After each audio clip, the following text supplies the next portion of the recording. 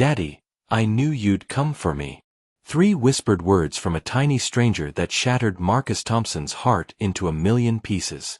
This 32-year-old single father had no idea that stopping for what looked like a bundle of rags on Highway 87 would change 2 lives forever.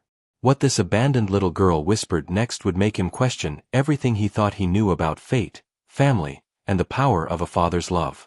The November rain hammered Marcus Thompson's windshield as he drove home from another soul-crushing job interview. His 7-year-old son Jake was spending the weekend with Marcus's mother, giving him rare solitude to process yet another rejection. "We'll keep your resume on file," they'd said, the same hollow promise he'd heard 12 times in 3 months. Marcus gripped the steering wheel tighter, his knuckles white against the black leather. 3 years of single fatherhood had taught him to swallow his pride, but tonight felt different. Tonight, the weight of unpaid bills, Jake's upcoming birthday, and the constant fear of losing their small apartment pressed down on him like a physical force. The old Honda's heater wheezed as he navigated the winding mountain road toward home. Through the storm, something caught his peripheral vision, a dark shape huddled against the guardrail. His first instinct was to keep driving. Everyone knew not to stop for strangers on deserted highways, especially at night. But something made him slow down. Maybe it was the way the shape seemed too small, too vulnerable. Marcus pulled over, his hazard lights painting the asphalt in amber flashes. He sat for a moment, engine idling, debating whether this was stupidity or compassion.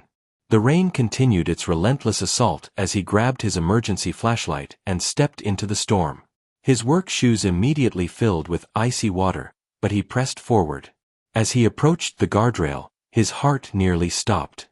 It wasn't a bundle of trash or a wounded animal. It was a little girl, maybe 5 years old, wrapped in what looked like a hospital gown and a tattered blanket. Her dark hair clung to her pale face, and her lips had a blue tinge that made Marcus's chest tighten with panic. "Hey there, sweetheart," Marcus called softly, not wanting to startle her.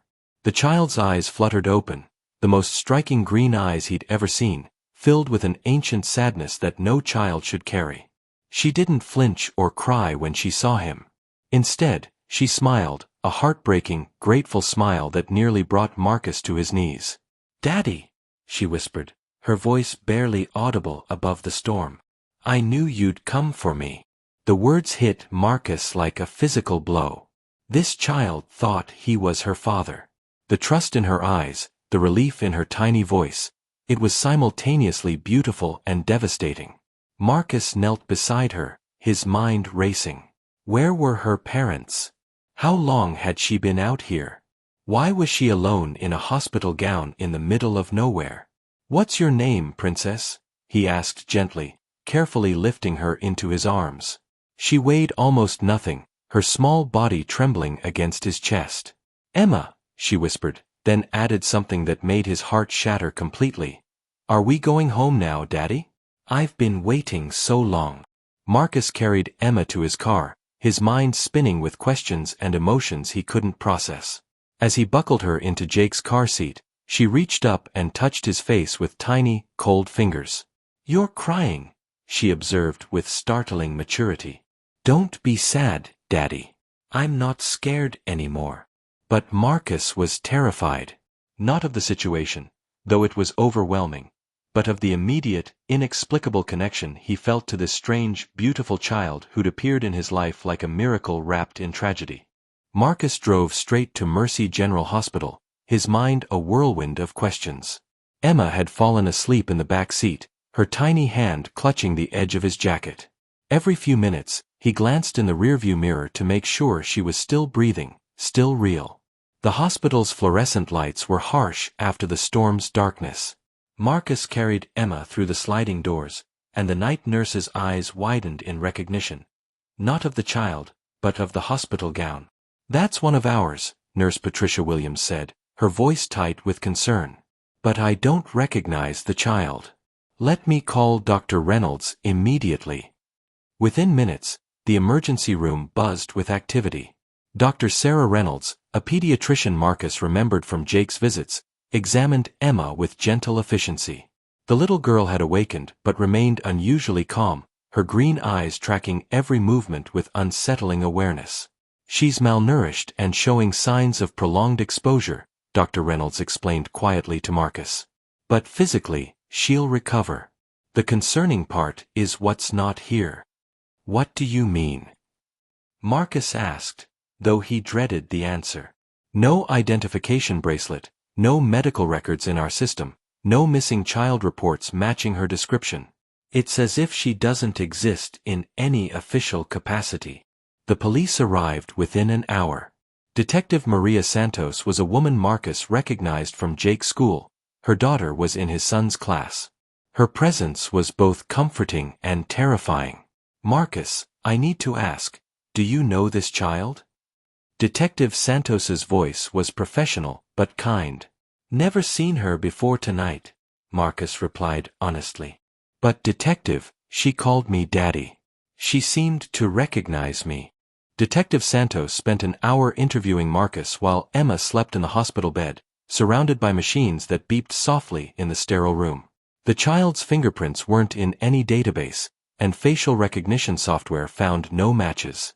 It's like she appeared from nowhere, Detective Santos said, frustration creeping into her voice. But someone had to bring her to that highway. Children don't just materialize. As dawn broke over the city, Marcus sat beside Emma's bed, watching her sleep. She'd asked for him specifically when the nurses tried to have him wait outside. Please don't leave me, Daddy, she'd whispered with such desperate need that even Dr. Reynolds couldn't deny the request. Marcus studied Emma's face, searching for any resemblance that might explain her immediate attachment to him. There was something familiar about her features, but he couldn't place it. Maybe it was just the universal vulnerability of childhood that tugged at his paternal instincts. When Emma woke up, she smiled at Marcus as if seeing him was the most natural thing in the world. Are we going to see Jake now? She asked innocently. Marcus's blood ran cold. He'd never mentioned his son's name. How do you know about Jake, sweetheart? Emma's brow furrowed as if the question confused her. He's my brother, silly. He's been waiting for me too. Detective Santos, who'd been observing from the doorway, stepped forward. The implications of Emma's words hung heavy in the air. Either this child had somehow researched Marcus's life, or something far stranger was happening. Emma, Detective Santos said gently, can you tell us about your mommy and daddy? Where do they live? Emma's face clouded with confusion and sadness.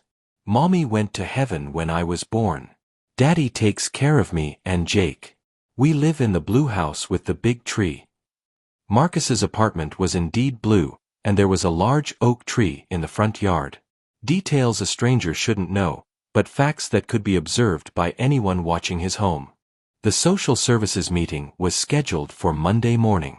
Marcus had spent Sunday night pacing his small apartment, unable to shake the feeling that Emma somehow belonged with him and Jake. His son had taken the news better than expected, with the easy acceptance children have for life's mysteries. So she's like, my sister now?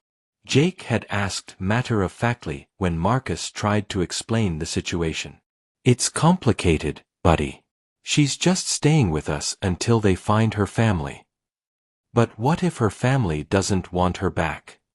Jake's question was innocent, but it hit Marcus like a punch to the gut. Monday morning brought Rebecca Martinez from Child Protective Services, a woman whose reputation for thoroughness was legendary among single parents in the community. Marcus had prepared for interrogation, background checks, and skepticism. Instead, he found something unexpected: Emma's complete integration into their morning routine. She'd helped Jake with his breakfast, known exactly where Marcus kept the cereal, and somehow intuited the family's unspoken rhythms. This is highly unusual, Ms. Martinez admitted, watching Emma braid Jake's hair with the skill of someone who'd done it countless times. Children typically show trauma symptoms after abandonment. Emma shows signs of attachment and familiarity that don't match her circumstances. During the interview, Emma sat coloring at the kitchen table, occasionally adding details to the conversation that made everyone uncomfortable. She knew Jake's favorite bedtime story, Marcus's coffee preference, and even mentioned the broken bathroom tile that Marcus had been meaning to fix for months. How long have you lived here, Emma? Ms. Martinez asked carefully. Emma looked up from her drawing, a picture of 3 people standing in front of a blue house. "Always," she said simply. "This is home." The breakthrough came when Emma's drawing caught everyone's attention. The 3 figures were clearly labeled in a child's handwriting: Daddy, Jake, and Emma. But it was the 4th figure that made Marcus's heart stop, a woman standing slightly apart from the others, surrounded by what looked like clouds or light. "Who's this, sweetheart?" Marcus asked, pointing to the female figure. "That's Mommy," Emma said matter-of-factly. "She watches us from heaven, but she can't come down anymore." Marcus's late wife, Sarah, had died in childbirth 7 years ago. He'd never told anyone outside immediate family about her, and certainly never discussed her with Emma. Yet somehow, this child had drawn a perfect representation of their family structure. Ms. Martinez pulled Marcus aside while Emma continued coloring. "Marcus, I need to ask you something, and I need complete honesty. Is there any possibility, any at all, that Emma could be yours?" The question hung in the air like a physical presence. Marcus thought about Sarah's difficult pregnancy, the complications that had led to Jake's premature birth, the chaos of those final weeks. Could there have been another child? Twins separated during the medical emergency? I don't know, Marcus admitted, his voice barely a whisper. There was so much confusion when Sarah died. Jake was in the NICU for weeks. The doctors were focused on saving him, and I was falling apart. But they said there was only one baby. Medical records can be incomplete, especially in traumatic situations, Ms. Martinez said gently. I've seen cases where twins were separated, where paperwork got lost, where families didn't know the whole truth for years. As if sensing the adult conversation, Emma looked up from her drawing and walked over to Marcus. She climbed into his lap with the casual familiarity of a child who'd done it 1,000 times before. "Daddy, why are you sad again?" she asked, her small hand touching his face. "I'm home now. We don't have to be sad anymore." Marcus looked into those impossibly green eyes, Sarah's eyes, he realized with shock. The same unusual shade, the same intelligent sparkle, the same way of looking at him as if she could see straight through to his soul. The DNA test results would take 5 business days. 5 days of Emma seamlessly blending into their lives as if she'd never been absent. 5 days of Marcus watching for signs of deception or manipulation and finding only genuine love and belonging. 5 days of Jake treating Emma like the sister he'd unconsciously been missing his entire life. On Wednesday, Dr. Reynolds called with news that changed everything. "Marcus, I've been investigating Emma's medical history. I reached out to colleagues at other hospitals, and I found something significant." Marcus gripped the phone tighter. "What is it?" 7 years ago, Riverside Medical Center handled a complicated twin birth. One baby survived and was transferred to our NICU. That would be Jake. The other baby was believed to have died during delivery, but the body was never recovered due to a mix-up in the morgue. The world seemed to tilt around Marcus. "You're saying..." "I'm saying it's possible that Emma is Jake's twin sister, presumed dead but somehow surviving. The paperwork from that night is incomplete. There was a fire in their records department 2 years later, and many files were damaged." That evening, Marcus sat both children down for a conversation that would define their future. Emma seemed to understand the gravity of the moment, while Jake bounced with excitement at the possibility of having a twin sister. "Emma, sweetheart, we need to talk about your family," Marcus began carefully. Emma nodded solemnly. "I know, Daddy. You want to make sure I really belong here. Do you remember anything about before? About where you lived or who took care of you?" Emma's face scrunched in concentration. "There were people who said they were helping me get better. They lived in a big house with lots of other kids. But they weren't my family. They said my real family didn't want me because I was sick." Marcus felt rage building in his chest. "What kind of sick, baby? My heart was broken when I was born. The people said it made me different, that real families don't want broken children." The pieces began falling into place. Emma had been born with a congenital heart condition that required surgery. In the chaos following Sarah's death and Jake's critical condition, hospital staff had assumed the deceased twin had been properly handled. Instead, Emma had been transferred to a specialized cardiac unit at another facility. From there, she'd apparently been placed in what sounded like an unlicensed foster situation. People who'd convinced her that her family had rejected her because of her medical needs. For 7 years, she'd lived believing she was unwanted while Marcus had grieved a daughter he'd never known existed. The people who took care of you, Emma, where are they now? Marcus asked, his voice tight with controlled emotion. Emma shrugged. They said they couldn't keep me anymore because I was getting too expensive. They drove me to the road and said someone would come. I waited, and then you came. Marcus pulled Emma into his arms, his heart breaking for the 7 years of love she'd been denied. Baby girl, I need you to understand something very important. Your family, Jake and I, we never knew you existed. If we had known, we would have moved heaven and earth to find you. Emma looked up at him with those wise, green eyes. I know, Daddy. That's why I wasn't scared when you found me. I knew you'd been looking for me in your heart, even if you didn't know it yet. On Thursday, the DNA results arrived via email. Marcus stared at the screen for a full minute before the words sank in. 99.97% probability that subjects are biological father and daughter. Emma was his child. Jake's twin sister. Sarah's daughter. The missing piece of their family that he'd never known was gone. When he looked up from his laptop, Emma was standing in the doorway watching him. The paper says I can stay, doesn't it? She asked quietly. Marcus nodded, unable to speak around the emotion clogging his throat. Emma smiled, the first truly carefree, childlike smile he'd seen from her. Good. Jake's been teaching me how to make pancakes for your birthday next week. I wanted to make sure I'd still be here to surprise you. 2 weeks later, Marcus stood in his kitchen making pancakes, Emma's favorite, while his twins argued over who got to flip them. The word twins still sent a jolt through his system, but it was getting easier to say, easier to believe. The legal proceedings had been swift once the DNA results confirmed what everyone's hearts had already known. Detective Santos had launched an investigation into the illegal foster situation that had kept Emma hidden for 7 years, but Marcus was focused on the future, not the past. Daddy, Emma's better at flipping than me, Jake complained, though his grin suggested he wasn't truly upset. That's because I'm older, Emma replied with 7-year-old logic that made Marcus laugh. You're older by like 10 minutes, Jake shot back. Still older, Emma said primly, successfully flipping a pancake that Jake had definitely messed up on his turn. Marcus watched his children, both of his children, bicker over breakfast and felt something he'd forgotten was possible. Complete contentment. The fear that had driven him for 3 years, the sense that something was always missing, had evaporated the moment Emma whispered, Daddy, on that rainy highway. The job interviews had suddenly started going better too.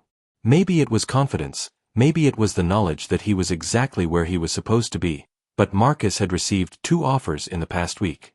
He'd accepted the position at the engineering firm downtown. Better pay, better hours, better benefits for his growing family. We should celebrate, Emma announced, as if reading his thoughts. Daddy got a good job, and we're all together now. That evening, Marcus tucked both children into their beds. Emma now had Jake's old toddler bed in his room while they looked for a bigger place. As he kissed Emma goodnight, she grabbed his hand. Daddy, I need to tell you something important. Marcus sat on the edge of her bed, suddenly worried. What is it, sweetheart?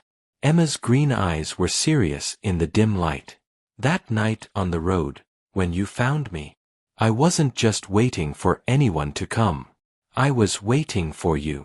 What do you mean, baby? I dreamed about you and Jake for a long time. Every night, I dreamed about coming home to the blue house with the big tree, about having a daddy who made pancakes and a brother who shared his toys. The people who took care of me said dreams weren't real, but I knew they were wrong. Marcus felt tears building behind his eyes. How did you know, Emma? Emma smiled and pointed to the photograph on Jake's dresser, the only picture Marcus had of Sarah holding newborn Jake. Mommy told me in my dreams. She said when it was time, my daddy would find me and bring me home. She said to look for the man who cried when he was happy, because that's how I'd know he loved me enough. Marcus looked at the photograph, then back at his daughter.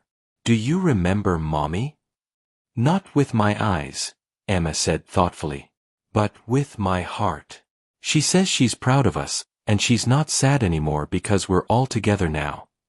As Marcus turned off the light, Emma's voice followed him to the door.